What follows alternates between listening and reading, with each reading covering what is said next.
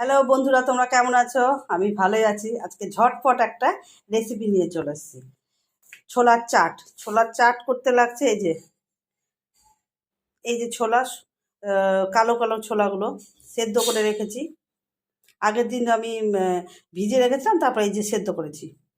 লাগছে টমেটো কুচি, আলু আলু সেদ্ধ করে কুচি কুচি করে রেখেছি।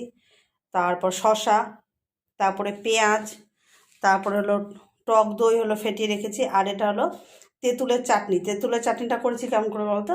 তেঁতুলের চাটনিটা করেছি, তেঁতুলটাকে আমি গরম জলে ভিজিয়ে রেখে ছেঁকে নিয়েছি। তারপরে গুড়, নুন, হলুদ দিয়ে ফুটিয়েছি। ফুটানোর পর যখন একটু আঠা আঠা হয়ে এসছে, তখন আমি কারি পাতা, সর্ষার তেলের ফোড়ন দিয়ে ওর মধ্যে ঢেলে দিয়েছি। এভাবে চাটনিটা করেছি। আর লাগছে হলো ধনে পাতা, কাঁচা লঙ্কা, আর বিট নুন আর এমনি নুন দুটোই মিশানো আছে। আর ছোলাটাকে না আমি করেছি, নুন দিয়ে সেদ্ধ করেছি। আর এই সাজা একটু চিপস নিয়েছি, তারপর ঝুড়ি ভাজা নিয়েছি, এগুলো সব মেশাবো। সাথে দেখছি, করছি আমি এবার। নিয়েছি আর এই যে একটু পাঁপড় নিয়েছি, পাঁপড়টাকে সেঁকে নিয়েছি। এবার করছি, আমি করে দেখাচ্ছি কেমন করে করবো। ছোলাটা নিলাম, টমেটো নিলাম, শসাটা নিলাম,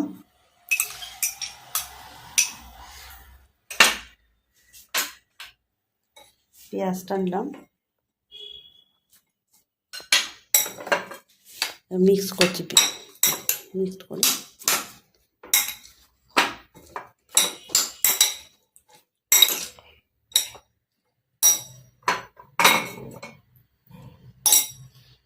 লঙ্কা, ধনে পাতা,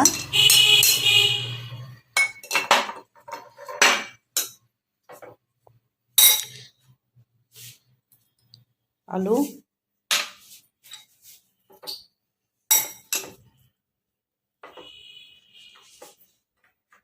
নুন, বিট নুন মিশানো আছে, নিলাম, স্বাদ মতো নিলাম।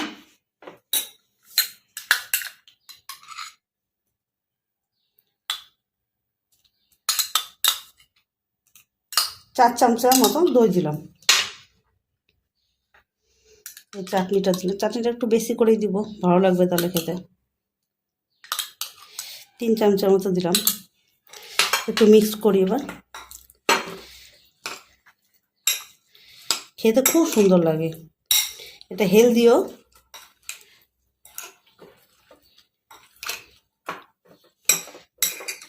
কেউ যদি পাঁপড় টাপড় ছাড়া করে তাহলে হেলদি হবে, আর কেউ একটু পাঁপড় টাপড় মিশিয়ে করলে একটু খেতেও ভালো লাগে।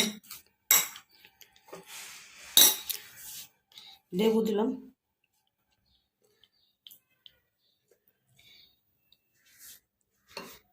এরকমভাবেও কেউ খেতে পারে। তারপরে আমি একটু মিশাচ্ছি।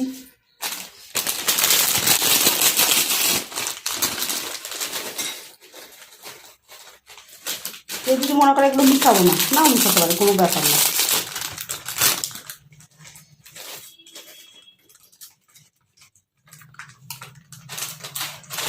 ছড়িয়ে যে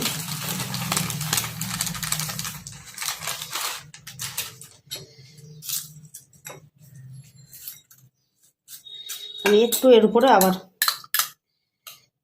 চাটনি আর একটু লেবু রস,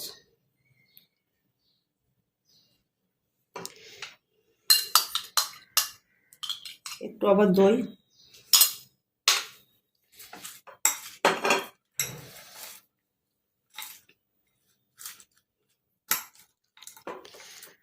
হয়ে গেল।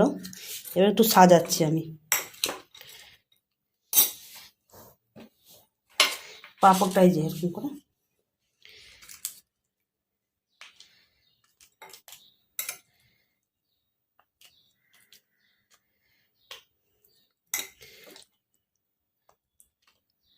যে বাচ্চারা ছোলা টোলা খেতে চায় না, তাদেরকে এমনি করে খাওয়ান, খাবে আশা করি।